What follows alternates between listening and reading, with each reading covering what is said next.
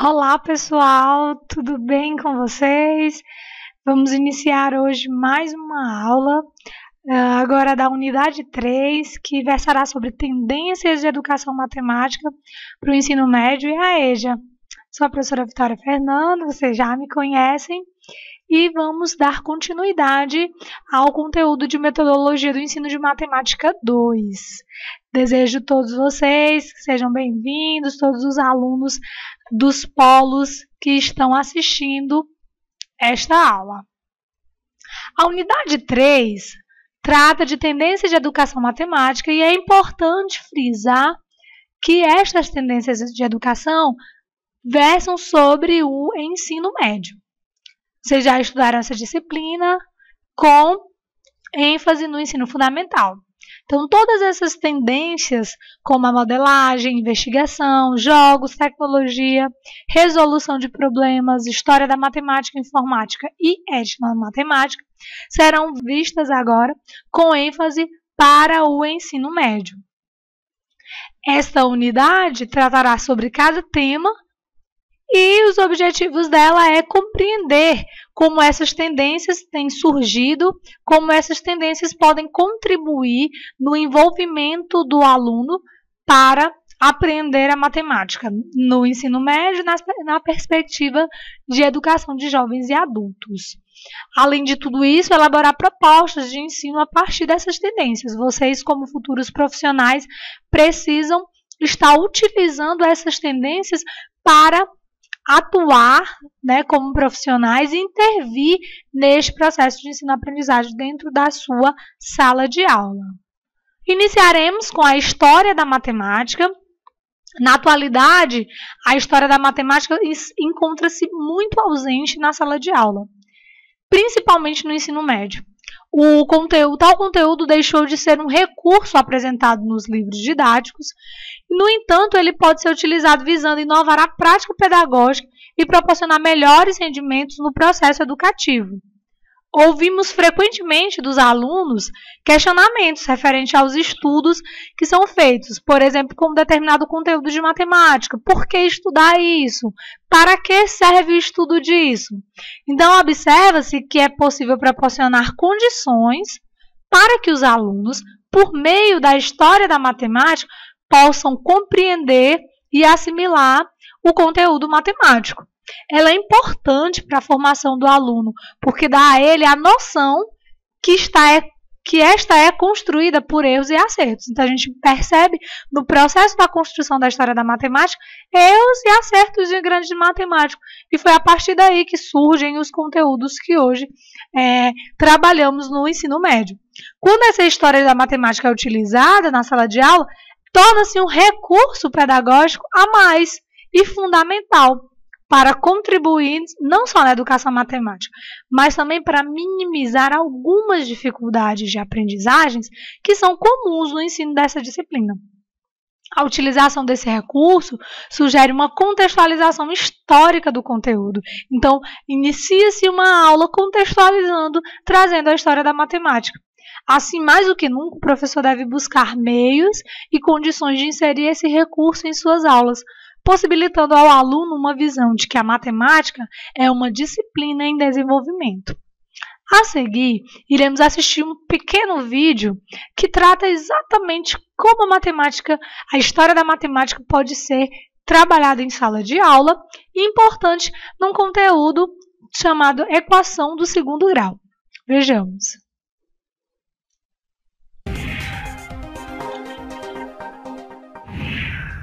Ai, não acredito nisso. Não sei por que obrigam a gente a aprender essas coisas.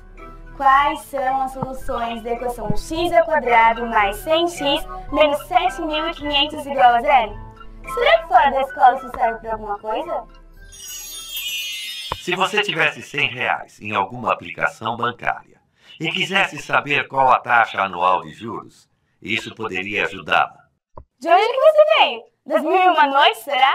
As 1001 Noites fazem parte da literatura persa. Embora tenham elementos da literatura do meu país, a Índia, ainda não me apresentei. Meu nome é Bhaskara. Vivi no século XII e fui um sábio muito importante para o desenvolvimento da matemática daquela região. Seu nome é meio estranho. Mas, seu Bhaskara, já que o senhor está aqui, poderia me ajudar com essa equação que o senhor disse que não é inútil? Como é essa história de ter R$100 aplicados no banco? Sim. Voltando a esse assunto, imagine que você colocou R$100 no banco numa aplicação qualquer, rendendo juros com uma taxa anual fixa. Depois de um ano, você tira os R$100 do banco e deixa lá o que rendeu, por mais um ano. Aí, no final do segundo ano, você consegue o total de R$75. Agora me diz, qual foi a taxa anual de juros? Ah, seu Bhaskara, tá doido? Nem imagino como é que se faz para calcular isso. E também não sei que essa história de juros tem a ver com a equação quadrática que eu tenho que resolver. Uma das maneiras de solucionar esse problema recai exatamente nessa equação que você estava tentando resolver. Como assim? Basta chamar a taxa anual de juros de X% e com um pouquinho de álgebra e interpretação do enunciado, você vai cair exatamente naquela sua equação. Na minha época, a solução desse problema era descrita de maneira verbal assim: eleve a metade do capital ao quadrado, acrescente o resultado ao produto dos juros totais pelo capital, extraia a raiz quadrada e diminua a metade do capital. Nossa, que complicação! Prefiro do jeito que é hoje. Mas afinal de contas, a gente está falando de uma matemática de 9 séculos atrás. Aposto que foi a primeira vez que apareceu um problema assim. Engano seu! Quase 3.000 anos antes de mim, os mesopotâmicos já lidavam com problemas que resultavam no mesmo tipo de equação. Sabia? É verdade. Nós, mesopotâmicos, também tínhamos nossas receitas matemáticas. Ai, caramba! Primeiro hindu, agora o mesopotâmico? Sim, o mesopotâmico. O meu povo foi muito importante para o desenvolvimento da matemática. Nosso sistema métrico tinha como base o número 60. E veja você, esse sistema fez tanto sucesso que é usado até hoje em unidades de tempo. Por exemplo, 60 segundos fazem 1 minuto. 60 minutos fazem 1 hora. Vocês lá na Mesopotâmia já sabiam resolver equações do segundo grau? Mais de 1000 anos antes de Cristo? Sim, sim. Mais exatamente por volta de 1700 a.C. Nós tínhamos problemas que eram enunciados verbalmente, como uma receita mesmo, como o nosso amigo hindu mostrou agora. Só que ele foi fazer isso lá na Índia quase 3.000 anos depois. Veja só esse problema. Qual é o lado de um quadrado em que a área menos o lado dá 870? Isso é uma equação quadrática? Parece mais uma charada ou uma pegadinha. Deixa eu pensar. A gente tem o resultado da equação, que é 870. Esse é o chamado termo dependente. E... empaquei. Permita-me desempacar, amigo mesopotâmico. Hoje em dia, usando notação algébrica, esse problema seria apresentado através da seguinte equação: x² menos x igual a 870. Sim, só que em 1700 a.C., nós resolvíamos esse problema através da seguinte receita matemática.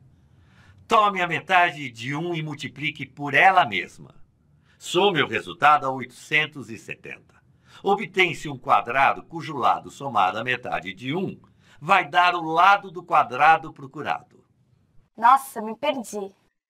Interessante perceber que a introdução dessa história pode trazer significados e demonstrações de conceitos matemáticos. Como vocês visualizam, a aluna deseja entender o significado da equação do segundo grau e a história ajuda a compreender que há muitos anos atrás existiam outras formas de fazer o mesmo cálculo que ela estava tentando resolver. É importante lembrar que o uso da história da matemática em sala de aula não deve resumir a uma simples narração dos acontecimentos históricos. Ela deve ir mais além do que isso.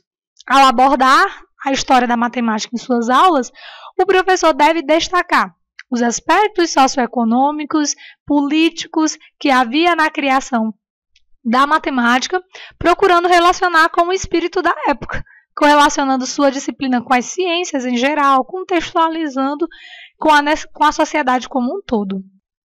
Gostaram da ilustração do vídeo? Se quiserem dar continuidade a este vídeo, acessem o material, o link que está nos materiais complementares. Agora abordaremos sobre a modelagem matemática. Esta é uma metodologia alternativa para o ensino de matemática, que pode ser utilizada tanto no ensino fundamental como no ensino médio. A partir dos conceitos gerais, procura-se mostrar a importância da matemática para o conhecimento e compreensão da realidade onde se vive. Temos aqui um esquema de como funciona esta modelagem matemática. A matematização, resultado de resoluções e formulações, mas é necessário para isso a interação, que é toda uma situação, toda a familiarização deste problema, partindo a partir da formulação e da resolução deste problema, surge um modelo matemático. Esse modelo matemático é uma interpretação daquilo e precisa ser validado. Este esquema representa bem a modelagem matemática. Temos ainda outra tendência, que é os jogos matemáticos. Os jogos ajudam a criar contextos de aprendizagem significativos, além de melhorar a forma com que os alunos percebem essa matemática, uma matemática que é mais divertida, uma matemática que pode ser visualizada de forma diferente.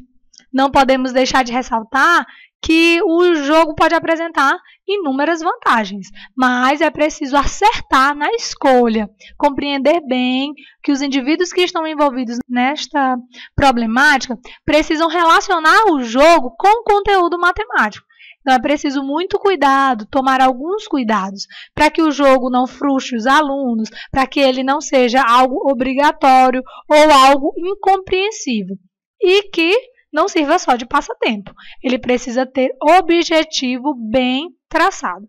O jogo pode ser uma estratégia utilizada nas aulas de matemática e deve representar um desafio e, principalmente, provocar o pensamento reflexivo. É necessário que seja bem planejado, adequado e adaptado à realidade e o conhecimento dos alunos. O papel do educador neste processo é fundamental. Ele deve analisar, avaliar a potencialidade educativa dos diferentes jogos, bem como o aspecto curricular que deseja desenvolver. Assim, o jogo pode ser um divertimento e, ao mesmo tempo, favorecer a aprendizagem, tornando as aulas menos livrescas e mais atraentes. Uma sugestão de leitura: sugiro o Cadernos de Matema, que são jogos de matemática desenvolvidos justamente para as séries, a primeira, segunda e terceira série do ensino médio. É um livro que traz todas as estratégias de jogos, os objetivos e os conteúdos adequados para cada um desses jogos. Uma excelente leitura a vocês. Na investigação matemática, gradualmente os currículos escolares estão apresentando mais atividades de natureza investigativa. Na matemática, essa integração traz alguns benefícios. Por exemplo, o desenvolvimento do pensamento matemático e também a capacidade do estudante trabalhar de forma autônoma, atribuindo novos significados aos conhecimentos. Mas em que consiste exatamente essa investigação matemática? Quando falamos em investigar matemática, geralmente pensamos na prática profissional de grandes matemáticos ou grandes pesquisadores. Mas o fazer matemática está ligado intrinsecamente com a sua investigação. Não consegue-se fazer matemática sem praticá-la. Desse modo, a investigação matemática enfatiza o caminho a ser percorrido, em que o aluno tem a responsabilidade de descobrir e justificar suas descobertas. Assim, os professores eles são encorajados a não fornecer respostas ou métodos, mas sim de provocarem os alunos a procurarem fazer isso de forma autônoma, por si próprios.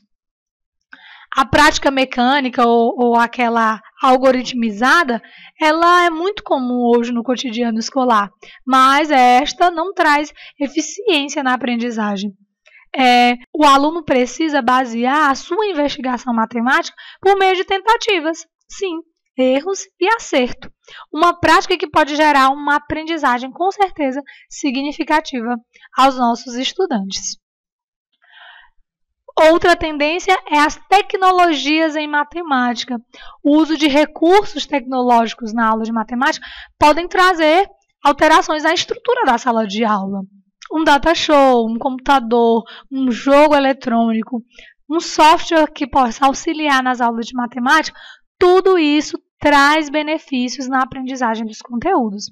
Os professores precisam adentrar nesse novo universo tecnológico, conhecer novas possibilidades e os limites das tecnologias, e precisam estar preparados para utilizá-las com o apoio do ensino e aprendizagem. Na sugestão de pesquisa, temos o site Edumatec, que é Educação Matemática e Tecnologia Informática. É um site excelente para a busca de softwares para que você possa estar inovando nas suas aulas do ensino médio. Temos softwares de geometria, de álgebra, de funções, todos bem interativos. Então, visualize lá, procure, pesquise essa página e avance quando vocês estiverem em sala de aula para estarem utilizando outras ferramentas tecnológicas para inovar o ensino de matemática. Por último, a etnomatemática, não daremos tanta ênfase neste conteúdo porque enfatizaremos ele na unidade 4. A etnomatemática pode ser entendida como a verificação de aspectos matemáticos presentes ou desenvolvidos por determinados grupos étnicos, grupo que apresenta uma cultura em comum. Para finalizarmos, temos o material complementar, todos esses links que vocês devem estar acessando para complementar os seus estudos. E como atividade, temos uma tarefa de envio único, que para a resolução vocês precisarão ler um texto que está na material complementar, um texto base da unidade, a leitura de um artigo sobre jogos. Vocês precisam assistir um vídeo, jogo didático, corrida das funções, para que vocês possam estar enviando este arquivo de atividade. O arquivo necessita que vocês listem um índice de sugestão de jogos lúdicos para no mínimo 5 conteúdos presentes na matriz de referência do ensino médio. Então, vocês vão listar 5 conteúdos do ensino médio, como funções, como geometria básica, alguns conteúdos do ensino médio, e cada conteúdo vocês vão ter que indicar um jogo matemático. Esse jogo pode ser um jogo que vocês pesquisem, que já exista, ou, se vocês quiserem, vocês podem formular um jogo necessário. Para isso, vocês devem informar o nome do jogo e a descrição das suas regras. Terminamos mais uma aula. Espero que vocês tenham compreendido a importância dessas tendências matemáticas. Encerramos ela desejando bons estudos a vocês, com a frase clássica, de Albert Einstein, que diz que a mente que se abre para uma nova ideia jamais voltará ao seu tamanho original. Fiquem com Deus, bons estudos!